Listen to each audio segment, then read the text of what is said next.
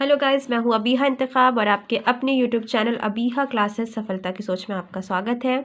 जैसे कि आपको पता है कि हम इस बुक को पढ़ा रहे हैं आपको, और आज हम आपको पढ़ाने वाले हैं चैप्टर नंबर 6 भाषाई ढांचा। तो ये बहुत इंपॉर्टेंट है। चलिए आज का लेक्चर स्टार्ट करते हैं और जानते हैं कि प्रारंभिक भारत के परिचय, जो राम शरण शर्मा के बुक है, और ये यूपीएससी के लिए बहुत इंपॉर्टेंट है। और आप किसी भी गवर्नमेंट जॉब की अगर तैयारी कर रहे हैं तो इस बुक में डिटेल में आपको एंशिएंट हिस्ट्री मिल जाएगी। इसके बाद हम मैनुअल हिस्ट्री पढ़ेंगे। ये बुक जब कंप्लीट हो जाएगी, सारे चैप्टर्स मैं पढ़ाऊंगी। इसके 33 चैप्टर्स जो मैं पढ़ा रही हूँ, इसमें से मैंने 5 चैप्टर्स पढ़ा दिए हैं। आज 6ठा चैप्टर मैं आपको पढ़ा रही हूँ। चैनल पे नए हैं तो चैनल को सब्सक्राइब कीजिएगा, वीडियो को लाइक कीजिएगा और दोस्तों को शेयर ज़रूर कीजिएगा। मैं आधुनिक भारत का इतिहास विपिन चंद्र की पढ़ा चुकी हूँ। आप चैनल पे जाके उसका वीडियो देख सकते हैं, उसका PDF भी अवेलेबल है। भाषाई ढांचा, देखिए इस चैप्टर में जो इम्पॉर्टेंट पॉइंट्स हैं वही चीज़ें मैं पढ़ा रही हूँ आपको। सारे पॉइंट्स मैं आपको नहीं बता रही हूँ क्योंकि इसमें बहुत सी चीज़ें ऐसी भी हैं जिनसे क्वेश्चंस नहीं बन रहे थे। तो जिनसे क्वेश्चंस बन रहे हैं और जो इम्पॉर्टेंट है, हम वही पॉइंट्स पढ़ते हुए चलेंगे। मुख्य भाषाई वर्ग, एक्चुअल मेरी तबीयत भी थोड़ी ख़राब है और गले में इन्फेक्शन भी है, तो वॉइस में थोड़ी दिक्कत होगी, तो आप प्लीज़ उतना मैनेज कर सकते हैं। भारत बहुसंख्यक भाषाओं का देश है। भारतीय भाषाई सर्वेक्षण the linguistic survey of India के संपादक ग्रेसियंस के अनुसार भारतीय द्वारा लगभग 180 भाषाएं और प्राय 550 बोलियां बोली जाती हैं।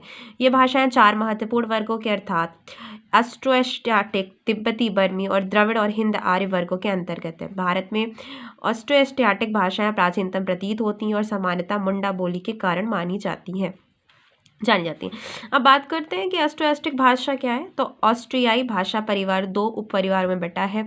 भारतीय उपमहादेश में बोली जाने वाली ऑस्ट्रोएस्टिक और ऑस्ट्रेलिया और दक्षिण पूर्वी एशिया में बोली जाने वाली एस्ट्रोनेशियंस ऑस्ट्रोएशियाटिक परिवार की मुंडा और मोन खमेर 2 शाखाएं हैं। मोन खमेर शाखा खासी भाषा का प्रतिनिधित्व करती है, जो उत्तर पूर्वी भारत में मेघालय के अंतर्गत खासी और जमीतिया पहाड़ियों में और निकोबारी द्वीप में भी बोली जाती है। देखिए, अगर मैं बात करूं कि मेघालय में खासी नाम की एक पहाड़ी है और जयंती नाम की एक पहाड़ी है, जहाँ पे आपको पता होना चाहिए अगर आप किसी भी गवर्नमेंट जॉब की तैयारी कर रहे हैं कि भारत में सबसे अधिक वर्षा कहाँ होती है। तो भारत में सबसे अधिक वर्षा होती है मेघालय के मासिनराम में, क्योंकि वहाँ पे 3 माउंटेन पाए जाते हैं, गारो, खासी और जयंती। और इन्हीं तीनों माउंटेन के बीच में जब मानसून जाके फंस जाता है तो सबसे ज़्यादा बारिश वहीं पर होती है। तो ये वहीं की बात हो रही है, खासी और जैमितिया पहाड़ियों में जो भाषा बोली जाती है। आगे देखते हैं तिब्बती बर्मी भाषा का दूसरा वर्ग अर्थात तिब्बती बर्मी चीनी तिब्बती और परिवार की शाखा है। यदि हम चीन और अन्य देशों पर ध्यान देते हैं तो पता चलता है कि इस परिवार को भाषाओं और बोलने वालों की संख्या में ऑस्ट्राई परिवार की, यहाँ तक कि हिंद आर्य परिवारों की भाषाओं के बोलने वालों की संख्या से भी बहुत अधिक है।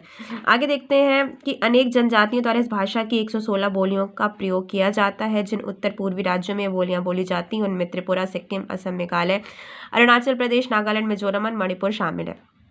तिब्बती बर्मी भाषा पश्चिम बंगाल के दार्जिलिंग क्षेत्र में भी प्रचलित है। यद्यपि ऑस्ट्रियाई और तिब्बती बर्मी दोनों बोलियां द्रविड़ और हिंद आर्य बोलियों से बहुत पुरानी हैं, फिर भी इनका अपना साहित्य विकसित नहीं हो सका क्योंकि इनकी अपनी किसी प्रकार की लिखावट नहीं थी। आगे देखते हैं द्रविड़ भाषा परिवार क्या है। देश में बोली जाने वाली भाषाओं का तीसरा परिवार द्रविड़ भाषाओं का है। यह बोली लगभग पूरे दक्षिण भारत में व्याप्त है। द्रविड़ बोली का प्राचीनतम रूप भारतीय उपमहादेश के पाकिस्तान स्थित उत्तर पश्चिमी भाग में पाया जाता है।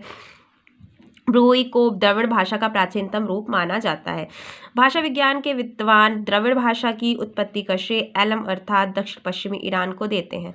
इस भाषा की तिथि 4वीं सहस्राब्दी ईसा पूर्व निर्धारित की जाती है। ब्रुई की इसके बाद का रूप है। यह अभी भी ईरान, तुर्कमेनिस्तान, अफगानिस्तान और पाकिस्तान के बलूचिस्तान और सिंध राज्यों में बोली जाती है। आगे देखते हैं हिंद आर्य भाषा क्या है। चौथा भाषा वर्ग हिंद आर्य है, जो हिंद यूरोपीय परिवार का है। यहाँ कहा जाता है कि हिंद यूरोपीय परिवार की पूर्वी अथवा आर्य शाखा हिंद ईरानी, दर्दी और हिंद आर्य नामक 3 उपशाखाओं में बट गई है।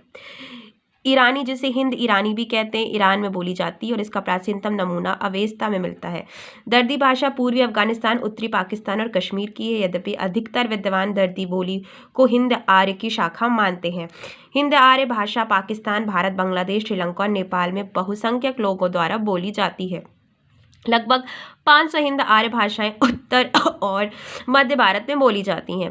प्राचीन हिंद आर्य भाषा के अंतर्गत वैदिक संस्कृत भी है। लगभग 500 ईसा पूर्व से 1000 ईसा पूर्व तक मध्य हिंद आर्य भाषाओं के अंतर्गत प्राकृत, पाली और अपभ्रंश भाषाएं आती हैं। यद्यपि पाली और अपभ्रंश को भी प्राकृत का माना जाता है, प्राकृत और शास्त्रीय संस्कृत दोनों का विकास प्रारंभिक मध्यकाल के दौरान भी होता रहा और 600 ईसा से अनेक अपभ्रंश शब्दों का प्रचलन भी हुआ। तो यहाँ पे आप देख सकते हैं कि जो इंपॉर्टेंट पॉइंट्स थे वो मैंने आपको भाषाओं में बताए हैं। अब देखते हैं कि मानवीय जाति समूह और भाषा परिवार क्या कहता है। उपयुक्त 4 भाषा वर्गों को भारतीय उपमहाद्वीप के 4 मानव जातीय समूहों की अलग अलग भाषा बताया जाता है। ये 4 समूह हैं: हबशीनुमा, निग्रिटो, ऑस्ट्रेलियाई यानी ऑस्ट्रेलोइडस, मंगोलिया यानी मोंगोलोइडस और कॉक्सिया यानी कॉक्सोइडस। और नाटा का छोटा चेहरा और छोटे होंठ हबशीनुमा निग्रिटो की प्रमुख विशेषताएं हैं। वे अंडमान द्वीप और तमिलनाडु की नीलगिरी पहाड़ियों में रहते हैं।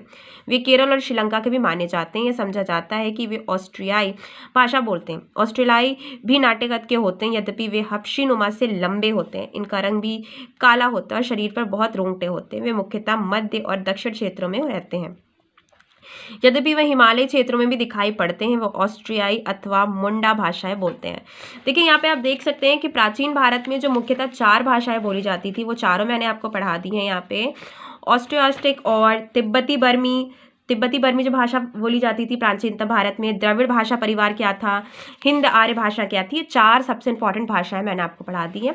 और अब हम पढ़ाएंगे आपको कि सबसे इंपॉर्टेंट पॉइंट्स इसमें क्या थे शॉर्ट नोट्स के थ्रू।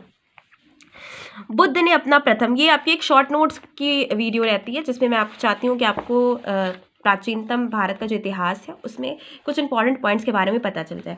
बुद्ध ने अपना प्रथम उपदेश सारनाथ जो ऋषि पंतम ने दिया था, जिसे बौद्ध ग्रंथों में धर्म चक्र प्रवर्तन कहा गया है। बुद्ध ने अपने उपदेश जन साधारण की भाषा पाली में दिए थे। बुद्ध ने अपने सर्वाधिक उपदेश कौशल देश की राजधानी श्रावस्ती में दिए थे। ये चीज़ याद रखिएगा कि लाइट ऑफ एशिया किसे कहा जाता है, यानी एशिया की ज्योति किसे कहा जाता है, तो वो है गौतम बुद्ध को। एक अनुश्रुति के अनुसार मृत्यु के बाद बुद्ध के शरीर के अवशेषों को 8 भागों में बांटकर उन पर 8 स्तूपों का निर्माण कराया गया था। बौद्ध धर्म मूलतः अनिश्वरवादी है, इसमें आत्मा की परिकल्पना भी नहीं है। बौद्ध धर्म में पुनर्जन्म की मान्यता है। भिक्षुक, बौद्ध धर्म के प्रचार के लिए जिन्होंने संन्यास ग्रहण किया उन्हें भिक्षुक कहा गया। उपासक कौन होते हैं, तो जो ग्रस्त जीवन व्यतीत करते हुए बौद्ध धर्म अपनाने वालों को उपासक कहा जाता है। देखिए बौद्ध धर्म में जो लोग होते हैं, बौद्ध धर्म को जो लोग अपनाते हैं या मानते हैं, उन्हें 2 भागों में बांटा जाता है। भिक्षुक कौन होते हैं, जो गृहस्थ जीवन यानी शादी नहीं करते हैं, विवाह के बंधन में नहीं बनते हैं और पूरा जीवन अपना भिक्षुक की तरह गुजारते हैं और बौद्ध धर्म का प्रचार करते हैं। दूसरे वो लोग होते हैं जो बौद्ध धर्म तो अपनाते हैं लेकिन ग्रस्त जीवन यानी विवाह करते हैं, उन्हें उपासक कहा जाता है। ये ग्रस्त जीवन व्यतीत करते हुए बौद्ध धर्म अपनाते हैं और उसको मानते हैं। बौद्ध धर्म के त्रिरत्न होते हैं, बुद्ध, धम्म एवं संघ। ये सबसे इंपॉर्टेंट है। गौतम बुद्ध को ही लाइट ऑफ एशिया कहा जाता है। और गौतम बुद्ध को अगर आपसे पूछा जाता है कि बौद्ध धर्म के संस्थापक कौन थे, तो बौद्ध धर्म के संस्थापक गौतम बुद्ध थे। जैन धर्म के संस्थापक कौन थे, तो जैन धर्म के संस्थापक ऋषभदेव थे। तो इस चैप्टर में जो हमने पढ़ा वो हमने पढ़ा भारत की प्रमुख भाषाएं क्या थी, वो चारों मैंने आपको बता दी कि तिब्बती बर्मी क्या थी, द्रविड़ भाषा परिवार क्या था, हिंद आर्य क्या था और ऑस्ट्रियो-ऑस्ट्रिक क्या था। ये चारों के चारों सबसे इंपॉर्टेंट थे। तो आज का वीडियो बस इतना ही। चैनल को सब्सक्राइब कीजिएगा, वीडियो को लाइक कीजिएगा और कल हम पढ़ेंगे मानव का उद्भव, विकास और प्राचीन प्रस्तर युग। थैंक यू दोस्तों।